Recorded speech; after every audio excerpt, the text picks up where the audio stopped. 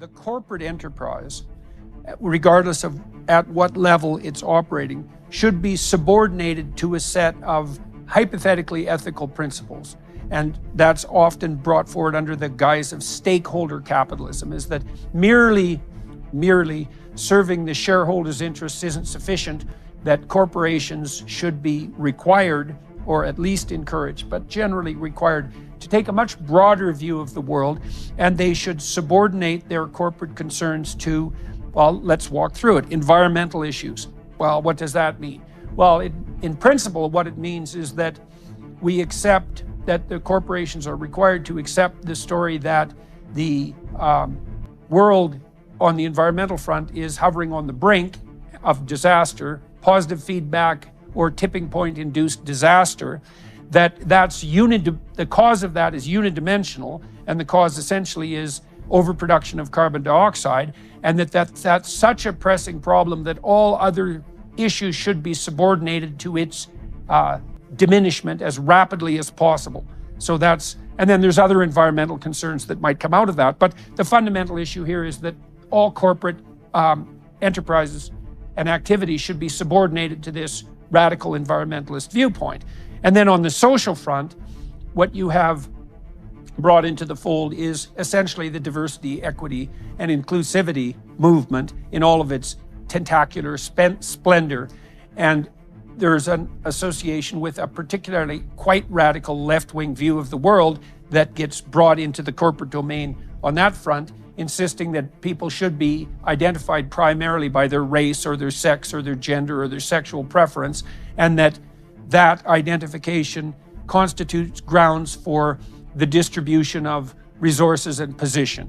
And then, well, what's happening with ESG on the governance front is somewhat more unclear, I would say, as opposed to environment and social. But the fundamental proposition here is that merely serving the interests of the corporation and the shareholders is insufficient. That has to be subordinated to a broader view. And there's something kind of compelling about that, because we know that local mere greed on the part of corporate entities can cause a substantial amount of problems. But the emergent problem seems to be that subordinating that fiduciary duty to something like central planning oriented along a radical left environmental apocalyptic scheme is not going to redress those problems, and by any measure that I know of is likely to make them worse. And this has become particularly crucial in recent years for everyone watching and listening, because there are major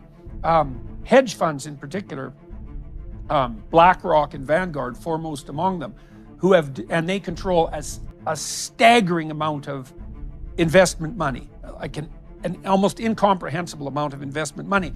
They've joined the ESG club, so to speak, and are punishing corporations and states who don't abide by ESG mandates, which means that it is not a winning proposition, right? It's like it's a winning proposition except on the financial front. It's like, no, that's the measure. And so your argument is people can invest in whatever the hell they want, and absolutely fair enough. If you want to invest in a corporation or buy the products of a corporation that purports to be serving the environment, that's all well and good. But when it starts to become mandatory and failure to do so it results in punitive consequences, that's a whole different ball of wax. And the reason for that, just so everyone's clear, is that part of your fiduciary duty is to ensure that such things as people's pension programs are properly funded and invested from an investment perspective, because your job is to make bloody well sure that the money in the pension funds, for example, is stable and hopefully also growing. And if there are any outside influences that are going to interfere with that, then it's appropriate for you to be, to oppose that in every manner that you possibly can.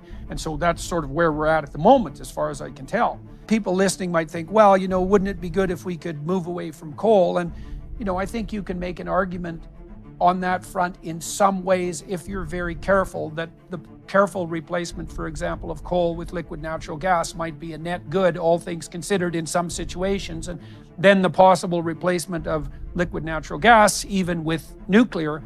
But you have to be willing to allow liquid natural gas, and you need to be willing to allow and encourage nuclear. And you also have to understand that liquid natural gas is also necessary for the production of ammonia, for example, which only feeds 4 billion people. And so this notion, and everyone watching and listening should be super clear about this, this notion that net zero on the carbon front is necessary is a lie. The idea that we're going to manage it by 2030 is preposterous beyond comprehension. I mean, the Biden administration itself has already admitted that it will be 240 years with optimistic projections before we can approximate anything like net zero.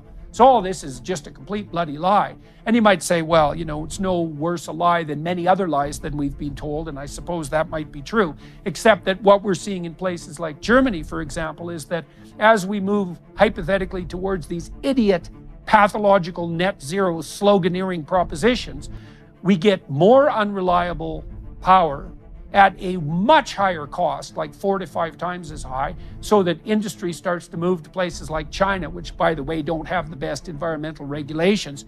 And it's made Germany hyper-reliant on Russia. And more to the point, even on the environmental front, is there's no evidence whatsoever that what Germany has done while they've devastated their reliable sources of power has improved the environment one bit. In fact, quite the contrary. The world used more coal last year than it ever has in the entire history of the planet. And that's partly because countries like Germany have been forced to rely on coal as a backup for their idiot renewable projects because they're too unreliable, and they've shut down their nuclear plants. So anybody who's listening who thinks, well, you know, maybe the environmentalists are going too far, but coal should be off the table, it's like, you simply don't know what the hell you're talking about.